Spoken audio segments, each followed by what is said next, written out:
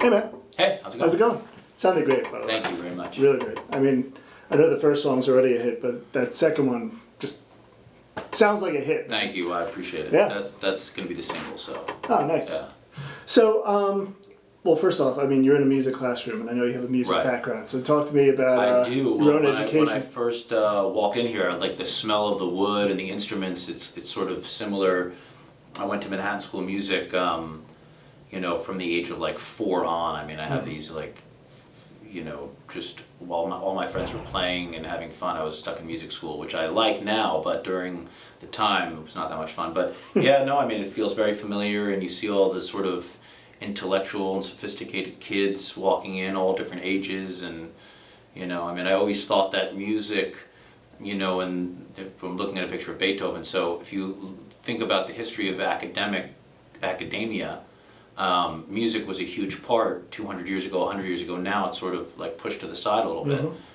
Where music, reading music, it's good for math. It didn't really work like that for me, because I'm not good at math, but Neither am I. yeah. That's why I went into writing. Right, I mean, I play by ear, so I mean, Right. I would hear something and play it as opposed to reading the notes. But it's great to be here and see the energy at a music school. It's always great. When you're writing, I'm assuming, is it just you and a piano to start? Or? Yeah. I mean, sometimes I'll do things like in my head, without even having an instrument. Like something will just pop into my head, and I have to document it, or else you forget it. Also, right before I go to bed, like I'll think of something, and then a song will be in my dream, or I don't know. You never just know. write it down right away. Well, Or- like voice memo, or voice but memo, yeah. you never know. I mean, there's like so many ideas and riffs and hooks, and you just don't know where they come from. It can drive you crazy, though. I mean, I think that's sure. why every songwriter, there's a little bit of craziness. So those 2 songs you just played for me. Right. What was the process for those 2? Any process- different? I know song to song, it's obviously going to be different, but Yeah, I think that if someone were to say what I'm known for, it's definitely songs that have love in it. They're definitely like reflective songs about not wanting to grow up or growing up and being in college and post-college and sort of that process. And so, Love and Affection is very much like the other songs from my previous records, where Give Me What You Got is much more piano and rougher and tougher, and much more the direction where I came from originally before I signed a record deal. So I signed a record deal when I was like 21 or 20, and then the record company told me to pick up the guitar, which I did. And I sort of abandoned the piano, but piano is my first instrument. That's what I studied my whole life, so got it. it's good to get back to it, yeah. So, I mean, I can't interview you about that song and not mention The Bachelorette, so Right. I'll just get that out of the way. Yeah. It can have like a negative connotation for some people, like, For sure. as heard on The Bachelorette, Right. and you probably get a whole bunch of dudes, like, Right. fuck that, I'm Right. Right. But at the same time, I mean, just totally to have a built-in audience, I mean, that No. must have worked wonders for you. I mean, I'll say, that was, anyone who says that is just, anyone who gets that opportunity is going to take it. Anyone Right. who gets that opportunity and doesn't take it is crazy. And they're a great group of people, and reality TV is part of our culture. And in this day and age, when the whole idea of buying music, that revenue stream is gone, you have to expose your music in any way, and separate from like the cast and crew and everybody, like the producers, everybody there, we're all cool and great. I'm sure. So, I'm but sure, initially, at first, I got a little bit of flack from the muso community, people who might not think that that's cool. Like, would Dylan do it? Probably not. But Well, it's a different world now, and It's a different and they world. flew you to Munich, right? they flew me to Munich. Yeah, I did Yeah. a live performance there for the girl Desiree and Chris, who Yeah. eventually won it. I mean, it was an awesome time. It was like being in college. Was it like being included in like a big date, or not at all? Like kind of. Yeah, I mean, I'll say that everything on the show is genuine. There was nothing scripted. Like, I mean, that's what like people were always at when I came back. That was a common question. Like, it was very genuine, and I think that part of it is that the guy and the girl experience going to these amazing places and being in this sort of bubble, and You know, it has a huge following. 18 million viewers or something was the finale. You know, it's I mean, a it's massive. You know, it's like, look at American Idol. I mean, would Philip Phillips, you know, be successful without American Idol? Who knows? Mm-hmm. But because of that, it's just another vehicle to get your music out. I think radio is every day gets terrestrial radio gets less relevant. Oh, without a doubt. I think so. I mean, the internet becomes more and more relevant. People Radio, find their music from the internet. People, you know, that's how they find things. Blogs, those kinds of things.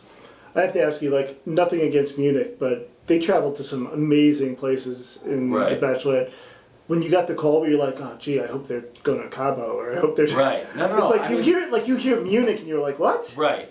Like, let's go to, I'm trying to think like of really Tahiti or something, Yeah, no. Right? Let's go to, what's like a terrible place? I'm trying to think, like, we're going to Beirut. Alaska. Yeah. Right. Yeah, Beirut, exactly, yeah. We're going to Iraq. Right. Yeah.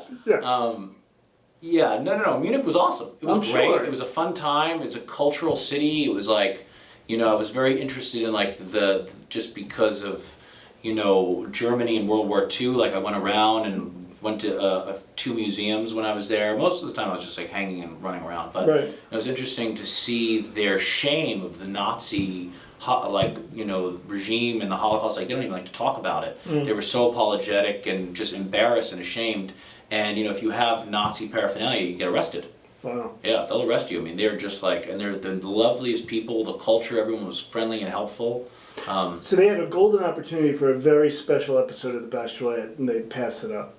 Yeah. The producers. Oh, the producers, right. They could have just totally like exposed that side. What do you mean, as far as what? As far as like, going into like a concentration camp? Yeah, having a romantic date? Yeah, that'd be interesting. But no, it was great. I mean, Germany's beautiful. The culture's beautiful. Some of the greatest composers come from there, and it was very cool. I loved it. I loved Munich. I mean, I'm totally like, you know, poo-pooing this interview with questions on The Bachelorette, which everyone's asking you, but I do want to I do want to ask you about the album and I guess specifically, you know, what the next couple of months look like for you. Because I mean, obviously the prerequisite is you release an album and boom, you got to go out right on the road immediately. So Well, so what happened was I wanted to sort of time the release with the finale of The Bachelorette, just because I knew there were going to be all these eyes on it, and the song shut up and sold, you know, 15 or 20,000 downloads that night or whatever it was. You know, went into the top 50 on iTunes. So I just wanted to just take advantage of that. I knew it was going to have that kind of impact. And I just wanted to put it out and then grow it, as opposed to having some sort of big, you know, reveal where, you know, it's like I don't want to be in that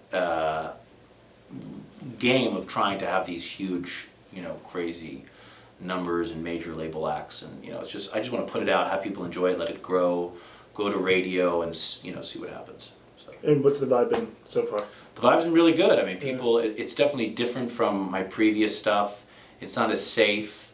I have a few things in my pocket that, you know, will help propel the album to where I want it to be, and I'm very excited about the song "Give Me What You Got" because it's very different. And yeah, I was going to say, I mean, song to song, it was song to song. It's dramatically different. Yeah, I mean, it's. I definitely wanted to focus all on the piano, and not really have acoustic guitar, because I'm not that good at it, and it's not my first instrument, and I just feel much more comfortable on the piano. So, you know. Cool, man. Yeah. Good luck with everything. Thank you very much. much. Where can people, what's your Twitter? I mean, I know Matt White. You don't have Matt White, do you? Twitter.com/Matt White Music or Facebook.com/Matt White. Any of those things work. And Sweet. I'm going to be in the Midwest at the end of October and November, like 15 or 20 shows. So cool. And good. Probably on the road on and off for the next at least next 6 like months, 18 months, yeah. Oh, 6 months, yeah, I wish. No, 18 months. 18 months, really? Yeah. Okay. Cool, man. Cool, thank you. I appreciate it. That was it?